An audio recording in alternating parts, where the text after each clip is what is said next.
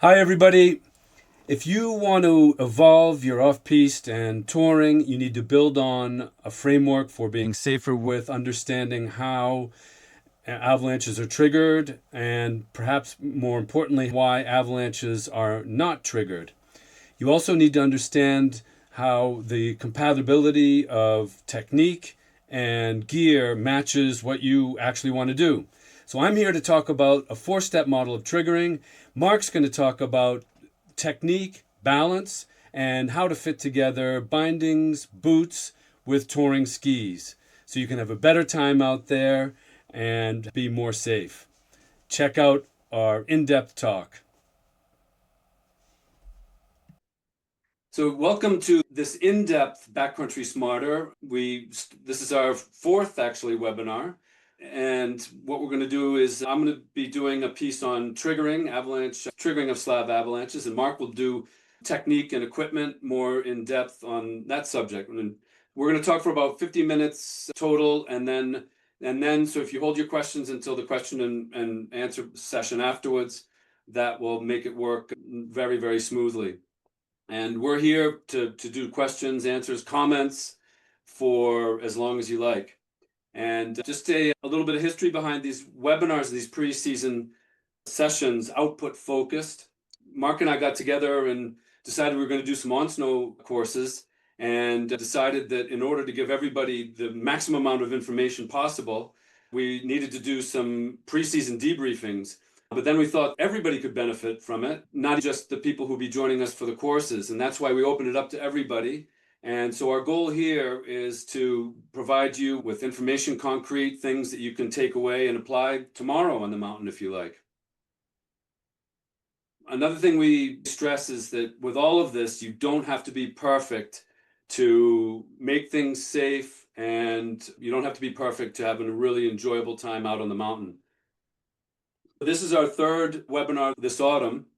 The other two and the one in June are up on my YouTube channel, Henry's Avalanche Talk on YouTube, and you can view the recordings there. We're also kicking off some on-snow courses coming up in January. The dates and more information are on my website under Backcountry Smarter. We're just going to briefly introduce ourselves. My name's Henry, and I'll introduce you then, Henry. Me and Henry have been working together a long time in Valleys. I think probably as most of you know, he's just developed this massive international reputation as an avalanche awareness expert. He's delivered hundreds of talks and have educated the skiing public, but also pros going through their education exams. So he's really helped out on that side. And the framework that he's developed has now sort of become a world standard. So it's a real privilege to be working with Henry. I love his whole system and what he delivers, and so really excited to be on this UK tour and looking forward to this winter. And on Mark, which really, it's been years since I've known Mark and worked with him in various capacities. Mark has been an examiner and a trainer. He's got so much experience and a strong background. He's helped instructors for over 25 years attain their full certifications. He's passionate about the backcountry and off-piste, as I am. That's one of the things that's brought us together with the Backcountry Smarter program. Like me, he comes from a racing background. Unlike me, he's coached competitors and trainee instructors in the art of going faster and being technically really, really precise. And he's got a really clear method and a philosophy which gets people skiing and enjoying skiing more quickly and with lasting results. And I can attest to that. I've heard from people who've gone through sessions with him, and it's been really positive. He's also a founding director of the International Center of Excellence that trained up, I think, well over 1,000 people over the 15 years or so that you were doing that, huh, Mark? And trained up, and many of them went on to be full instructors and also trainers. And another thing that's really great is that Mark has done is on the equipment side. He ran the ski test for a big British publication for about 20 years. So he knows all about the equipment. Every time I talk to him and prepare for these presentations, I learn something from him. So here we are. What I'm going to do is my part of the session first. The title is How and Why Avalanches Are Not Triggered. And just to start with a summary of last week, we looked at slope angles in the essentials, the 30-degree slope angle, and the no risk zone. That was all in the context and part of the framework, my accident reduction framework, the goal of which is to help us all to reduce the chances of having an accident and make off-piste and ski touring acceptably safe. And it can be surprisingly safe if we apply these key points. This is an overview, the framework with reference points that I provide in a pocket guide. And the thing that's important about that framework is that it's those key points that are really important to be applying if we want to be safe, acceptably safe out on the mountain. The in-depth sides of things, even though you're getting more knowledge, is just a complement. It's not a replacement for these key points. So to start with how and why avalanches are triggered, one of the reasons I emphasize the not is that most of the time nothing happens, even when the scenario is really primed for an avalanche to happen. And that leads us into complacency and bad habits. So there's the connection between what I was just saying and the accident reduction framework I was talking about, and why it's so important to build the in-depth content here on the essential safety points.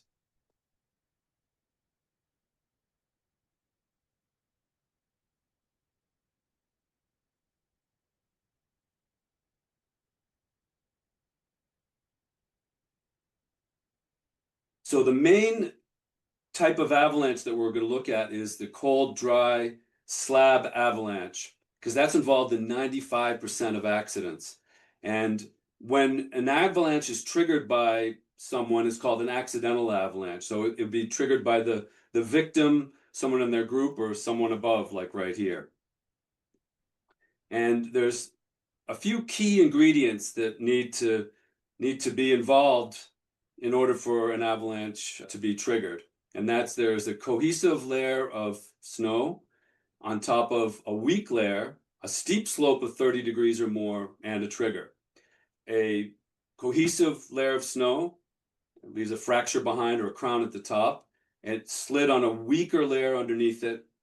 It was a 30-degree slope, and it was triggered by a person.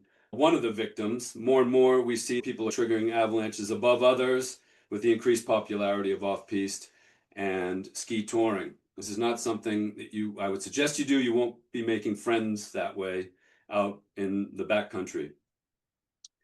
And so we covered slope angles last week, and the 30-degree threshold is also one of these key pieces of the ingredients. And the threshold of 30 degrees and above is where avalanches that could have consequences to us can release from.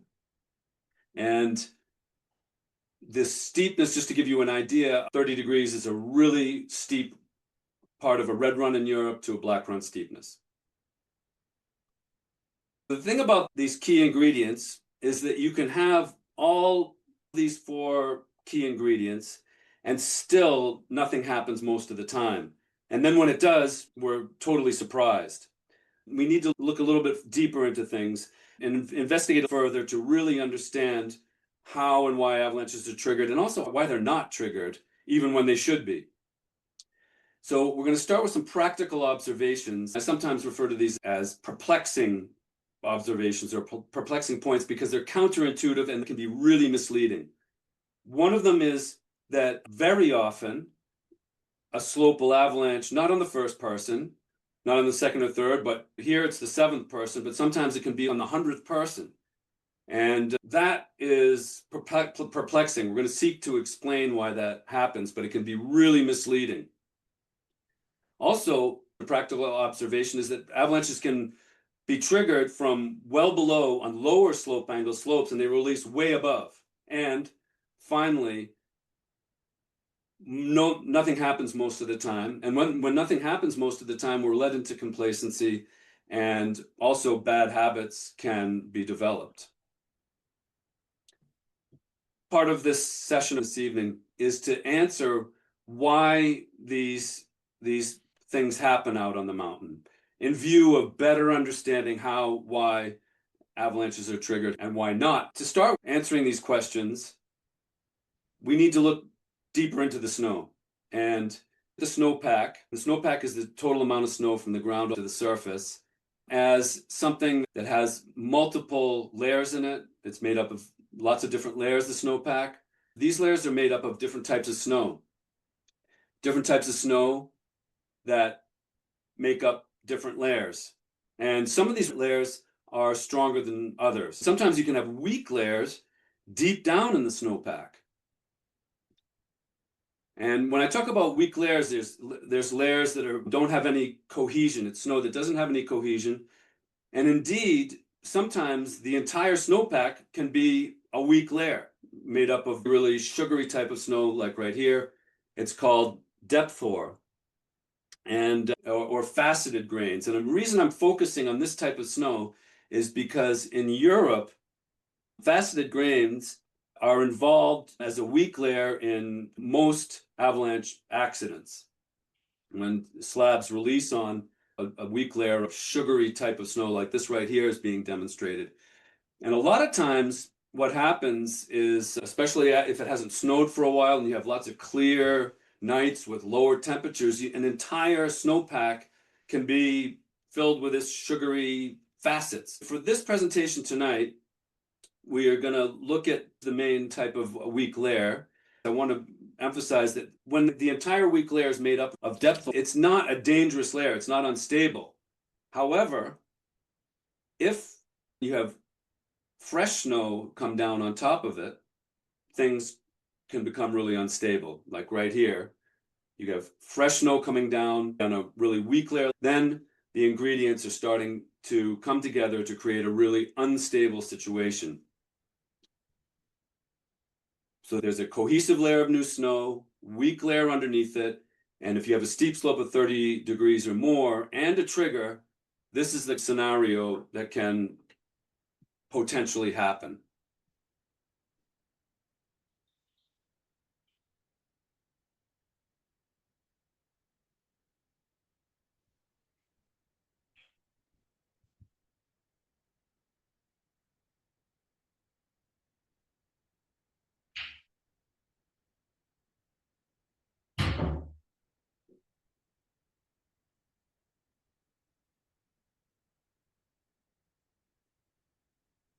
So there was a trigger and the whole mountain came down. But as the title suggests, you're not always going to trigger when those ingredients come together. Everything is primed, as I've been stating several times already. We need to investigate further if we're really going to understand how avalanches are triggered and also not triggered, and answering those observations, those practical observations that are a bit perplexing. And we're going to do this through a four-step model. And it's a four-step model that was created by Francois Louchet and Alain Duclos, who are both snow scientists. And this model, or various different versions of this model, are the generally accepted model for explaining how avalanches are triggered. 4 steps have to happen, and if any of them don't happen, then there's no avalanche. We're going to keep coming back to this diagram, this illustration here, so you don't have to memorize it, or I repeat it several times here. And first, we're going to take the key ingredients and we're going to put it within the context of this model. So the cohesive layer of snow is the blue boxes sitting on a weak layer, represented by those upside down V's, and they're on a steep slope, 30 degrees more, and there's a trigger. And the house of cards is the way you need to think about how that weak layer is sitting underneath the cohesive layer for this scientific model. You first need to have a collapse initiation. Sometimes I mention a crack initiation. A collapse propagation, which is spreading out. And you picture the house of cards, it's falling like dominoes, spreading itself out. And then a crown crack initiation up at the top. And then a crown crack propagation spreading out horizontally on top of the slope. To demonstrate this, the skier is creating a crack in the weak layer. And if there's no propagation, nothing will happen.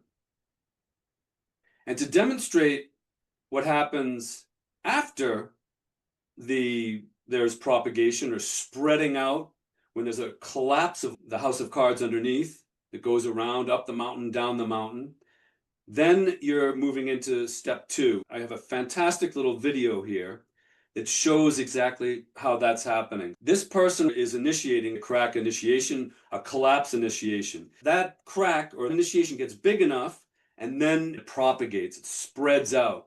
Something important to realize at this point is that there's no strength underneath that slab anymore. If it was on a slope, it would maybe release. And so this is what happens when you have that famous whumpf. I'm sure many of you who are watching tonight have experienced it, and you're wondering, what is it? When that happens, that sort of collapse, you get a sound and it leaves cracks behind most of the time because the snow slab is dropped. Here's Alain giving a demonstration of how the crack is created in a scientific snow pit context. He's taking a snow saw and creating the initial crack, the initial collapse. It takes quite a while to get that crack to propagate and move into number 2. And as I mentioned, you're going to see this in a second, it's really easy now for him to pull this block of snow away because there's no strength left underneath.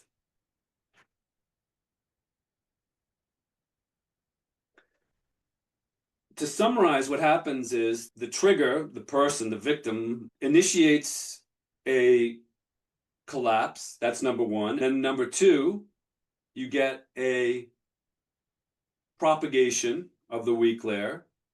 Remember, this is all things that have to happen in order for a slab avalanche to release. And I take the person out at this point, maybe even I should have at number 1, because after that initial collapse is created, there's no more, the person and their weight, it has no impact whatsoever on the next steps. So the person, the victim, only has that one, is only impacting on that first step, not 2, 3, and 4. And to show you also, underneath the slab, there's no more strength. So if there's not enough strength at the top of the avalanche, at the crown, and there's not enough strength at the flanks on either side, and at the bottom, there's not enough strength to hold the stress of that slab, then you'll have an avalanche, if it's steep enough. So how do you get to steps 3 and 4? Well, I implied that just a moment ago. If there's not enough strength around the rim, it's often referred to too, after all those technical words, you can think of it as just the rim. If there's more stress than strength in the rim, then you'll get a 3, it'll pull away, and then it'll propagate out and the whole slab will pull away. So to summarize, when you get to 3 and 4, if there's enough load, and there's more stress than strength around the rim, and the rim is made up of the top, the crown, the flanks, and at the bottom, what they call the Stotchwall, then it will release and you'll have an avalanche. And then I put this poor guy back in because he's going for a big ride now and the consequences could be really serious, even though he was only responsible for that first little step, that first little initiation of the collapse in the snow and the weak layer.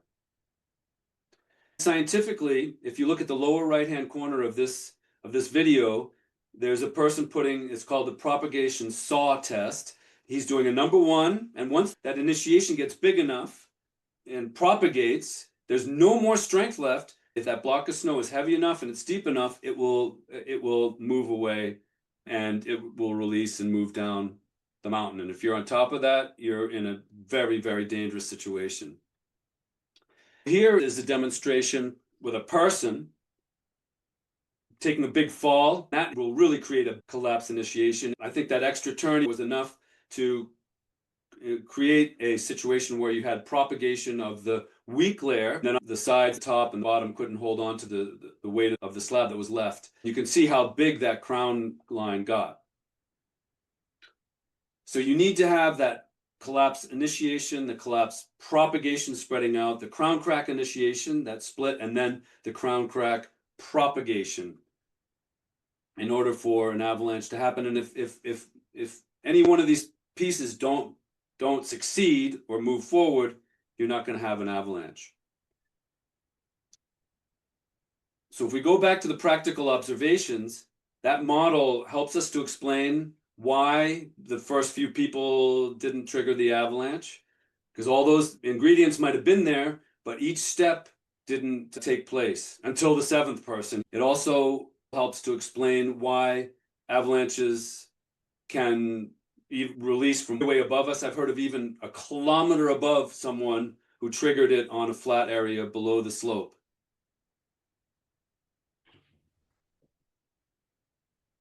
And most importantly for me and my awareness and accident reduction, we understand better why nothing's happened. Maybe we can be better about applying the key points and not developing bad habits. What I try to do is ask myself, was I really smart when I skied that slope, or was I just very lucky that all of the 4 steps didn't add up and an avalanche didn't occur? So here's the model again. Initiation, collapse, propagation, crown crack initiation, crown crack, propagation. All those things need to come together. In summary, we looked at the cold, dry, accidental slab avalanche, which is involved with 95% of all accidents. We looked at the 4-step model and the ingredients, the cohesive layer of snow on top of a weak layer, 30-degree slope, and a trigger that's involved. And the practical observations, the avalanche releases above a number of skiers, avalanches release above us, remote triggering, avalanches don't release. Most of the time, what we were seeking to do is answer the questions why with the model. And this model provides some really good answers for those questions and the issues that come up when we're trying to understand how and why avalanches are triggered or are not triggered. So as I'm winding down, I'm going to come back to the key points that need to be applied in order for us to keep acceptably safe out on the mountain. I got these points from things that were not applied by victims.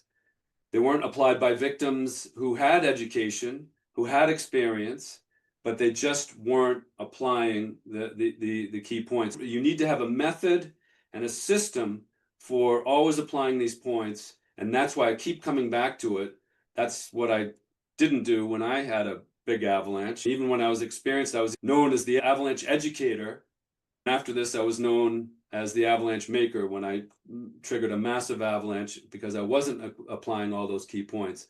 In most accidents, about 3 or 4 of those points were not being applied, even by people who should have known better, like me, in face of clear signs of danger. That was pretty embarrassing. The whole thing made it to National Geographic, a dubious reputation to have as an avalanche educator. Each of these points has a specific title that's attached to them. And one of the things that helps us to avoid is making decisions based on the wrong kinds of facts and evidence, like tracks on a slope, which leads to a lot of accidents. People make decisions on flawed evidence, like tracks on a slope, instead of the correct types of evidence. I have to admit, I'm sure unconsciously and probably consciously, if I really am honest, made decisions to go onto slopes because there was a few tracks. I'm sure you've never done that, Mark. I think we've all done it, Henry. It's just such an easy trap to fall into, making that judgment when you feel like it really has been totally skied out that it's safe to go on. It's a hard one. It's hard. So that's why I've developed this method, even with a scoring system, to help us have a point of reference and to help us all apply consistently those key points. And it's really good to have this even more information and awareness, but it's a complement to the key points and the system and method that you can find on the pocket guide, that you can also see on Henry's Avalanche Talks on my YouTube channel. It's the featured video, all these points, and you can also check it out on henrysavalanchetalk.com. Hi everyone, really excited to be here and working with Henry. As Henry said, this is one of a few webinars that we've delivered. This is more of an in-depth look at technique that I'm going to focus on, and also I'm going to have a much deeper look at bindings and boots, specifically for backcountry. The last few webinars that we've delivered focused on the framework and methodology that I use for coaching, and that is what we would call an output-focused coaching. And that essentially means that most of the time we're focusing on the outcomes of what we do, the outputs. Historically, with ski instruction, that's not really what's happened. A lot of skiers get loads of feedback on inputs, in other words, what they're doing with their bodies and movement patterns.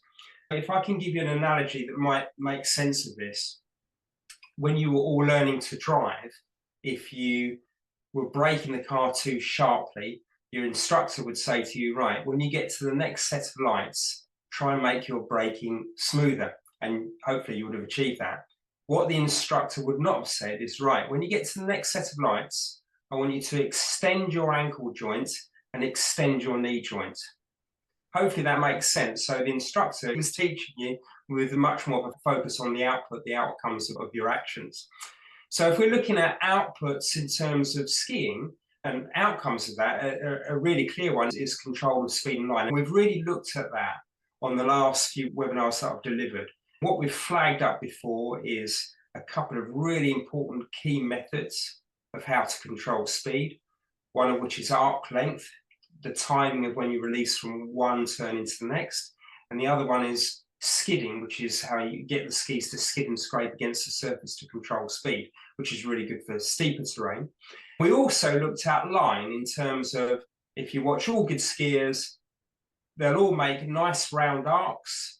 They have that ability to adjust the shape of the arc when they need to, and also they adjust what we call the corridor width, so they can do this in narrow terrain, narrow couloirs, wider open slopes as well. That's what we've looked at over the last few presentations that we've done. Just as a bit of an overview here, we've looked a lot at speed and line.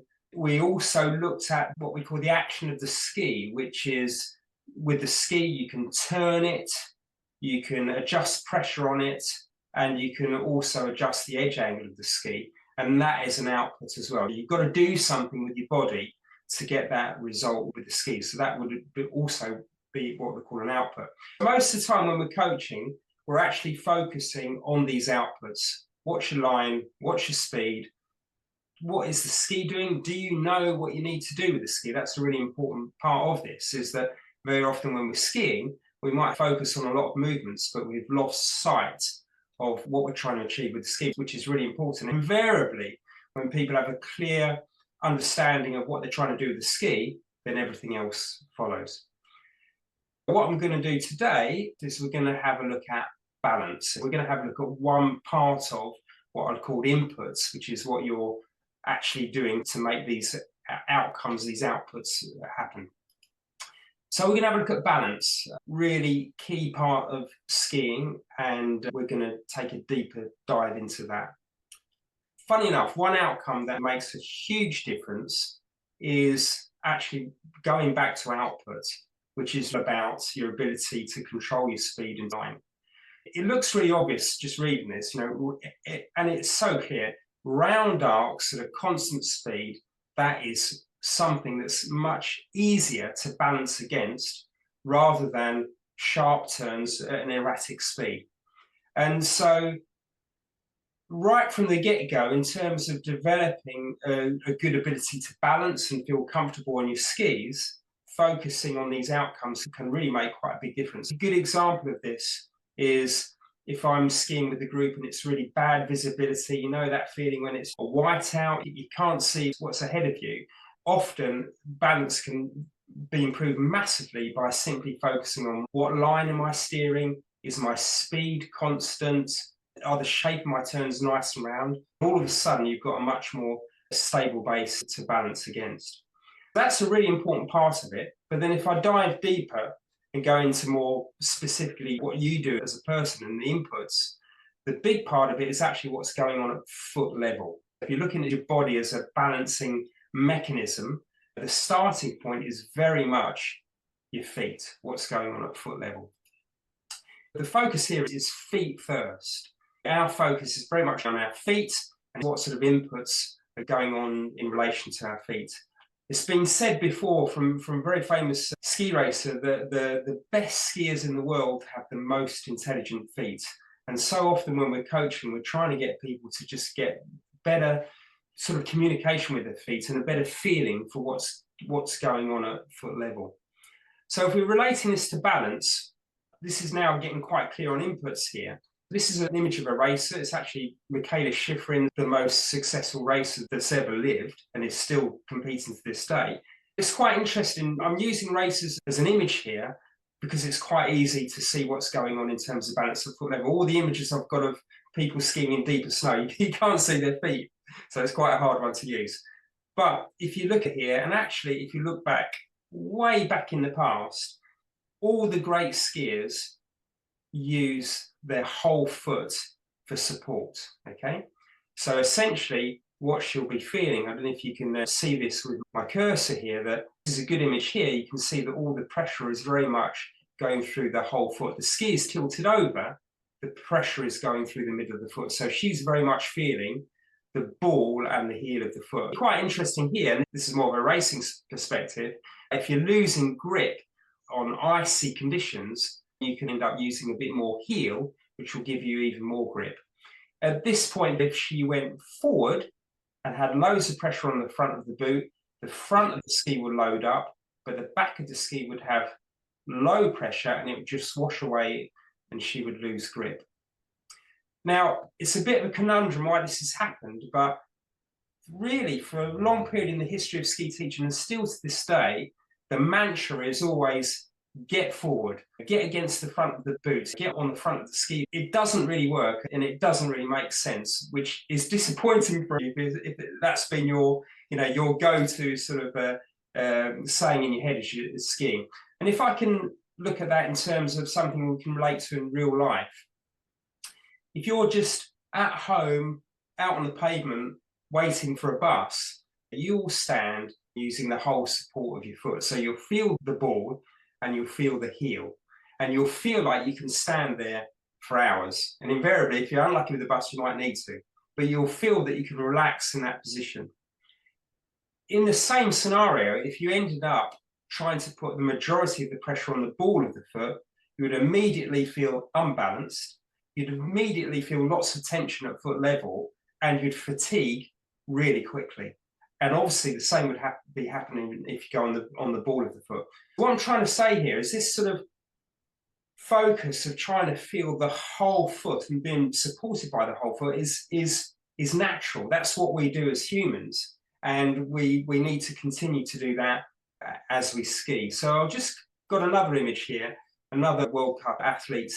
And this is another good one where you can see that pressure is very much directed through the middle of the foot. On all boots, there's a marker at this point here for that midpoint.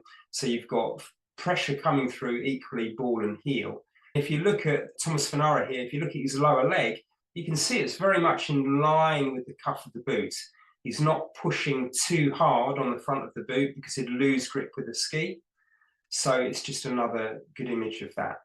Really important input, whether you're skiing on piste or off piste, so stay in the middle and you're going to have better balance and you'll be better supported because the pivot point for the ski for where it turns will be more under your feet.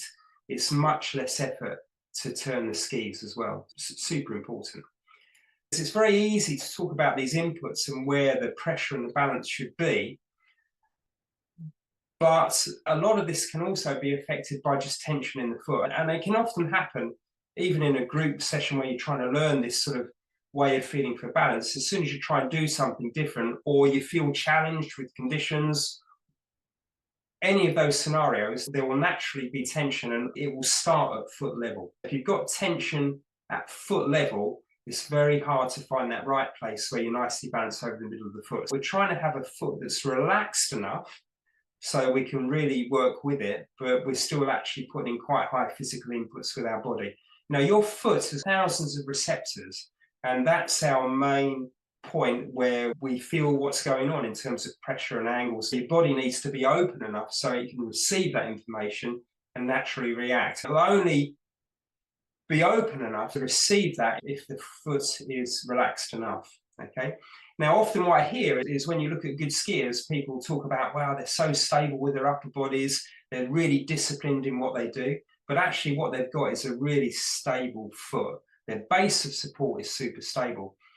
If you watch someone tightrope walking, when they're walking on the rope, you'll see lots of adjustment movements from the body. Why are they making those movements? Well, they're making those movements because it's a reaction to the foot. The foot feels something and they're reacting to it.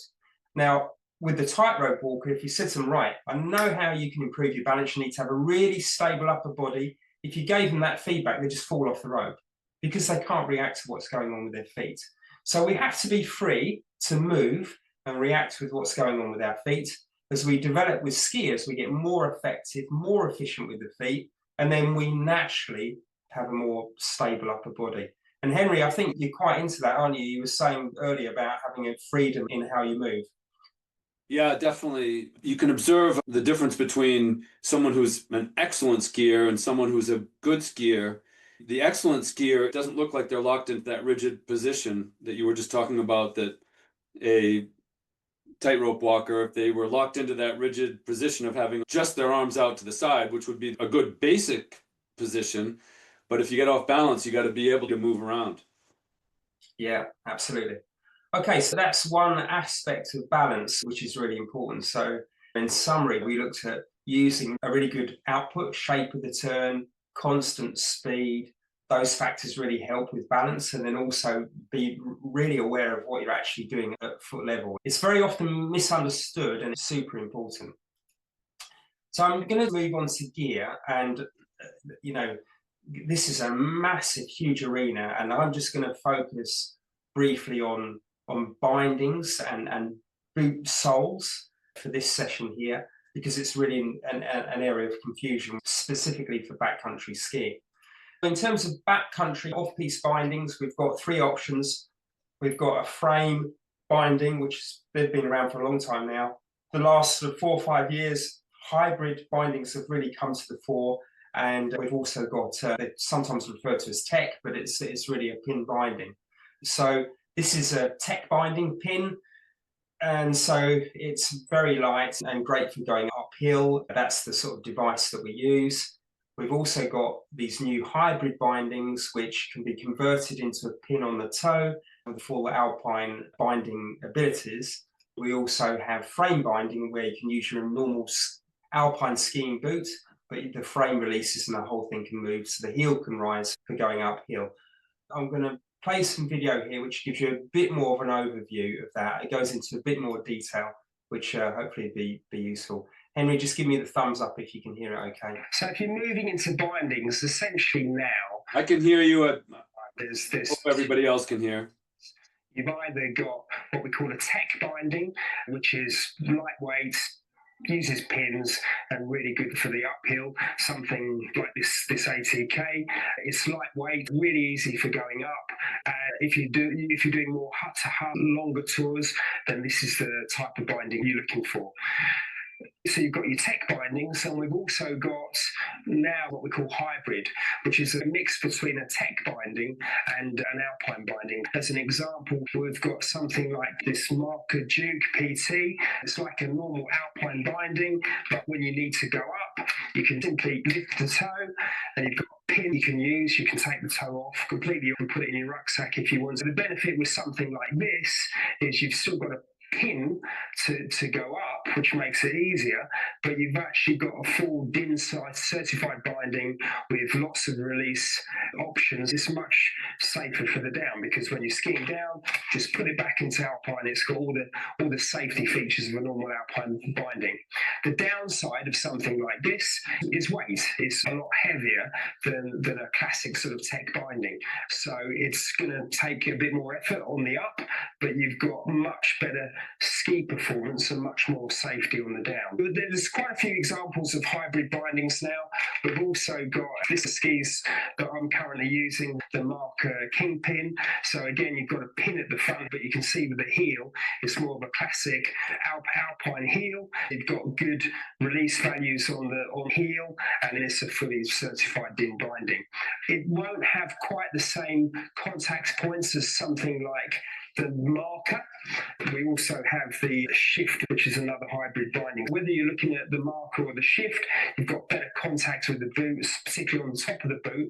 So overall, the shift and the marker will ski like a normal Alpine binding, and something like the marker Kingpin is a bit more of a halfway house. But the benefits are with the hybrids is you've got good safety, you've got more safety, they've got better contact points for skiing, so they ski a lot better. The downsides is the weight issue for going up.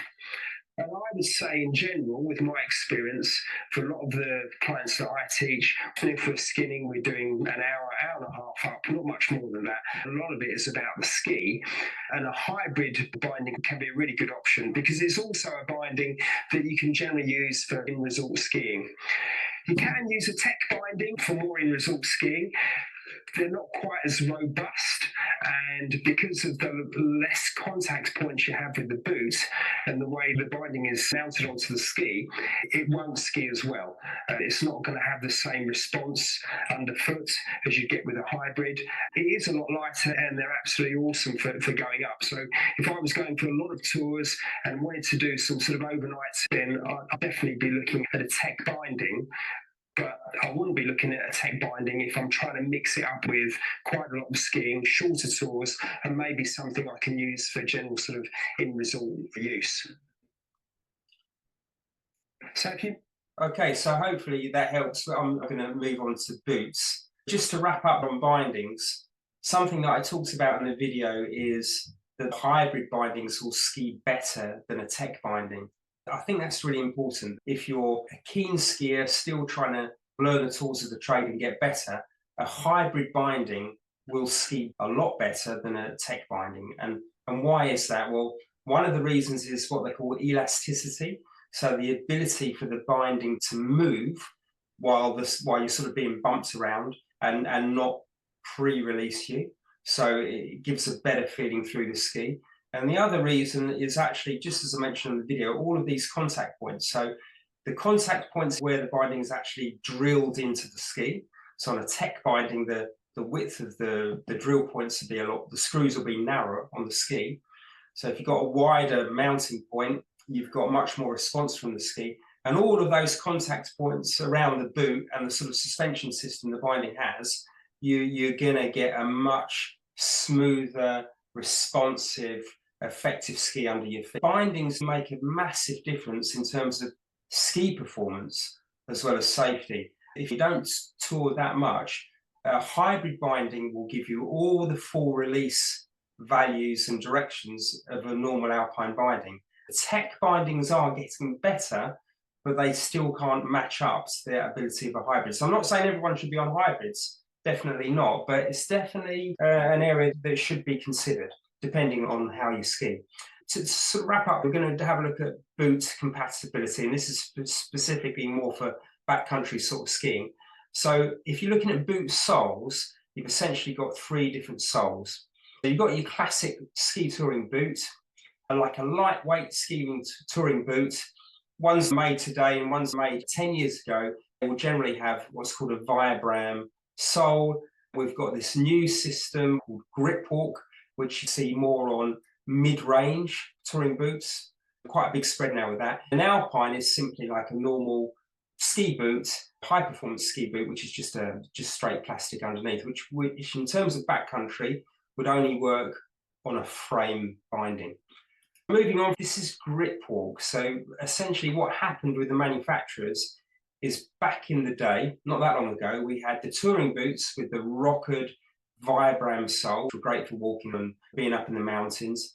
And then we had the normal Alpine boots, which had that just solid plastic base, which was great for skiing, but difficult to walk on because they're not rockered. And they're also, there's just no grip. And so the manufacturers saw this as a bit of a challenge. There was a few A few other options didn't quite get there, but they've ended up with this system called GripWalk. So GripWalk is a bit more rockered under the boot, so it feels easier to walk on. And also fundamentally, there is a lot more grip. It very much does what it says on the tin. So now for the majority of boots, all round, they'll have a GripWalk sole. And some touring boots will have it and some won't. And this is a Vibram sole, classic touring boot, lightweight touring boot. So it's that full sort of almost rubber feeling sole to it. There's much more rocker, so it's much more tilted up underneath the boot. And also with these particular boots, you'll see that the nose of the boot, the sort of ridge of the boot that attaches into the binding, is shorter in length than on our classic GripWalk boot. The important thing with all of this is making sure that your boots are compatible with the right binding. This is where it can get really confusing. Not everyone in the industry is fully aware of this. So I think this is something you can take a screenshot of, or if you would like the chart, just let me or Henry know in the chat afterwards, we can email it across to you. But essentially, there's some soles of boot that won't match up with the binding. So a classic would be if you've got an older ski with an Alpine binding. I'm just going to grab a pair here. So this is a classic sort of Alpine binding, Salomon STH binding, will not work with the GripWalk sole because the sole is grippy and the boot won't release effectively. Okay. If you have a GripWalk soled boot, it needs to be matched to a GripWalk compatible binding. If I look at this Alpine binding here, you'll see it says GripWalk, so that will work with the GripWalk sole. And then if I get this other ski, a lot of you will have these as Alpine skis. So this is a Salomon STH, really popular binding from not that long ago, but that is not compatible with the GripWalk sole because this part of the binding, it will just grip to the boots, the boot won't release. Can you show where it says GripWalk on the binding? Maybe hold it up to the computer's camera a little bit. So where would it say GripWalk? The friction pad there, anti-friction. Yeah. So it says in red, there's no light on it. So I can see it now. GripWalk. Yeah. Where they put that varies on each binding to add to the confusion. If I just share my screen again, if that's okay. Are we back on, Henry? Yep. As I said before, it's definitely one of those things where we can just send it on to you guys if need be. In summary, if I move on from there, the main areas of concern are this. A lighter style touring boot may not work with a hybrid binding, okay, because these hybrid bindings need to work with GripWalk or normal Alpine sole. You need to be sure of that. Older Alpine bindings may not be compatible with GripWalk boots. It can all sound very complex, but it's really important because, that interface between the boot and the binding needs to work and be safe. So they have to be compatible. And it was interesting looking more into this that I've really looked into it and spoke with a lot of industry experts, and at this stage there doesn't seem to be any really one document that all of the shops use to reference this stuff. It's still quite confusing. One way you can check is just checking the number underneath your boot, and it'll have an ISO number, and that ISO number, there will be a list of bindings that that boot is compatible with. So hopefully that helps. It is a really important part of choosing backcountry gear. So that's my presentation. If it's okay, Henry, I'll stop sharing and we can open up to Q&A. All right. So for questions, comments, whatever you like, if you use the chat box, we'll try to answer your questions. And if you have the possibility to also ask, I should have given everybody the possibility to also for everybody to see. So if you can choose, I think you can choose not just to host and panelists, but you can choose to choose everybody. You don't have to, but it's good when everybody can see the questions. I'll repeat the questions out. before I answer or comment on any comments.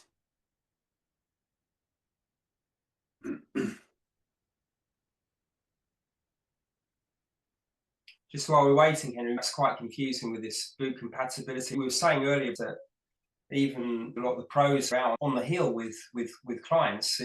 They're not that aware sometimes, you know. Yeah, that's true. I've been guilty of it. I haven't been aware enough. Our goal is to get people to the best snow, and a lot of times it's getting people off of their kit, off of their Alpine stuff and into touring stuff, and we lack putting it together. There was a question: early season snow levels above 2,000 meters in the Alps. I live in the northern French Alps, just around 2,000 meters. There's no snow here at the moment, but I know there's snow up around some of the glaciers, not so much in France. My kids are going away to ski racing camps in various different places like Saas-Fee, some of the Austrian glaciers. That's because of global warming and the melting glaciers. At the moment, there's no fresh snow. So there's a question for Mark. I have learned that you should start a turn on the toe and end it on the heel. What's your opinion on that? Yeah, I mean, it's difficult because I often hear this and it's what people have been taught, so they will hang on to that. And I get that. They sort of want to keep ownership of it. I think essentially for what we do, skiing, whether it's on the piste or in backcountry powder conditions, you really want to be feeling that you're just right over the middle of the foot all the time. It's a feeling like, if you can imagine, not that you'll ever do this, but if you can imagine that you're skiing in trainers and you had to ski in your trainers, you would naturally need to be over the middle of the foot. And that's the sort of sensation that we're feeling for in our ski boots. I think this is one of these things which gets confused with ski racing. In ski racing, there is an argument for, and you can see people do it, that they'll end up working a bit more the shovel of the ski on the entry to the turn. And as they come through on the exit, just right on the exit of the turn, they might do what they call juicing the heel, which is working the heel a bit more to get grip. But that's really hard to do. And it's a very sort of race-specific type of technique. And I think what's happened is, in the whole ski teaching side of things, people have latched onto that and thought, well, this is a really good thing to teach clients. The reality is, for what we're doing, backcountry skiing, we're just trying to be nicely in the middle all the time. You're still feeling for the front of the boot, as I mentioned before. So you're feeling for that. You shin against the front because the boot's designed to do that. But at that same time, you're feeling the whole support of the foot. A lot of times when you talk about technique, I'm trying it out while you're speaking. And I think what happens naturally at the end of the turn, sometimes you get put back a little bit. I find myself doing your balancing thing. If I'm too far back on my heels, and you can benefit from it, even if you've thrown back not on purpose, but then trying to get forward for the end of the turn, just trying to keep centered. I think the key thing with this is, when you're looking at high-level skiers, if they're adjusting from the ball to the heel, they're actually doing it by a foot shift underneath them. So they're shifting the foot underneath them, either forward or back. If you move the foot forward, you're going to get more heel pressure. If you pull the foot back, you're going to get more pressure on the front of the boot. That's what they're doing. That's generally, what good skiers do if they need to adjust the pressure. I think for the general skiing public, the perception is, all right, I've got to get my whole body forward at the start of the turn and get my whole body back at the end of the turn. And that, to be honest, just simply doesn't work. Ankle mobility is key for feeling the balance point in a turn. Yeah, I totally agree. But to have that freedom of movement with the ankle, you need to have it. It comes back to one of the things I flagged up earlier: foot tension. So if there's tension in the foot, then the ankle will be blocked. And also having the right gear. So that means having the right footbed that allows your foot to be supported, because that will really make a difference on the amount of angularity that you have. And it can also sometimes go too far the other way. So if you have the gear that's not quite right in terms of boots and footbeds, you can almost have too much ankle mobility. If you look at the range of ankle mobility we have in a ski boot, it's not that much, but we need to be able to use it. How is that going to happen? not too much tension at foot level, and the right sort of footbed and boot that will allow your foot and ankle to do what it naturally needs to do. How can you avoid getting too much tension in your foot? That's a good question. It's easier to describe when you're on the mountain and doing awareness drills, but there are certain drills that you can do out there that really highlight that and allow it to happen. The classic sort of old school one is where you just ski on an easy piece with your boots totally undone. Yeah. And you can really feel what's going on with the foot. That can help Recenter you. As an example, if I'm skiing with my boots completely undone, I feel like I'm just skiing how I normally ski. But most of the group will go, oh, where my balance was very different to where I normally am. And so, you know, you're basically trying to avoid using the boot as almost a crutch that you're leaning against to help support you, rather than using your foot. The boot is there just to wrap around and give a bit of extra added security. And then and moving your ankle to adjust. Yeah, so it's just well, it comes back to what I said. You know, if you've got less foot tension, then any movement of the ankle is really this sort of foot shift underneath you, rather than really. Are you trying it there, Henry? Yeah. Rather than trying to really tilt your body forward or tilt your body back. You know, all this ankle mobility comes from a foot shift underneath you. You know, as I'm coming through the turn, my foot can shift to be in the right place, and that will move the ankle joint, rather than the whole body trying to get forward or back. Okay. So it comes back to what you were emphasizing before. A lot of it is smart feet. 100%, yeah. Any other questions or comments on the triggering? Any comments or questions on the 4 steps of triggering, or the practical observations and the steps?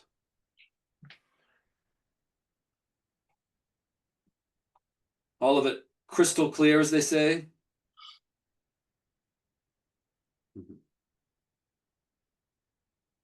Well, while we're winding down, or if there's any more questions, please go ahead. If you want to see, I mean, I know there's tons and tons of information tonight in this in-depth version of the webinars. The previous 3 were essentials, and the essentials domain, and you can see a recording. I'm going to upload that probably in the next few days. I might not get it to it till Monday. There'll be a recording up on the Henry's Avalanche Talk YouTube website. I had a question here: is how different is loose snow triggering to a slab? I think the best way is, I'll bring up my slides here.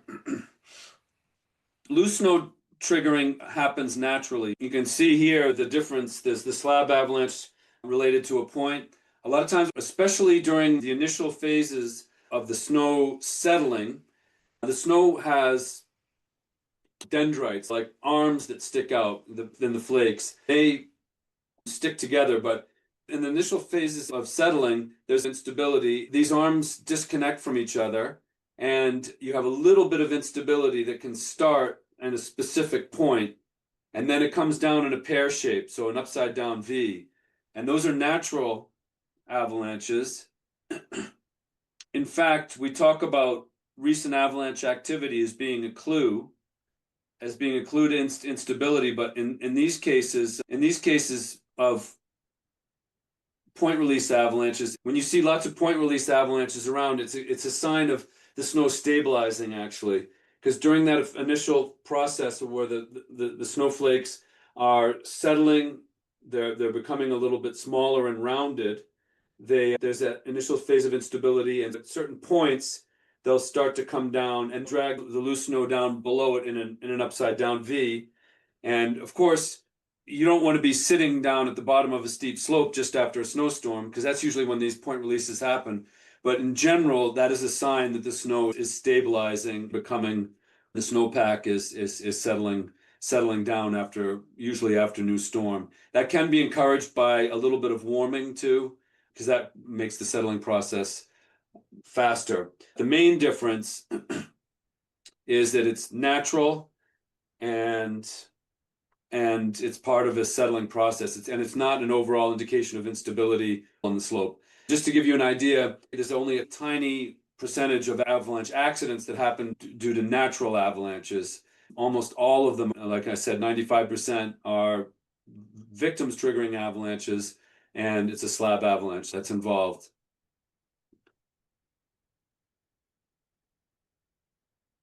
We're aiming at the goals, trying to come up with the simplest and clearest and long-lasting ways to get them. Long-lasting in terms of the skills that we acquire to attain those goals on a regular basis. This was our in-depth talk. We're going to be doing some more webinars and things, so keep in touch. I'm Henry, and this was Mark.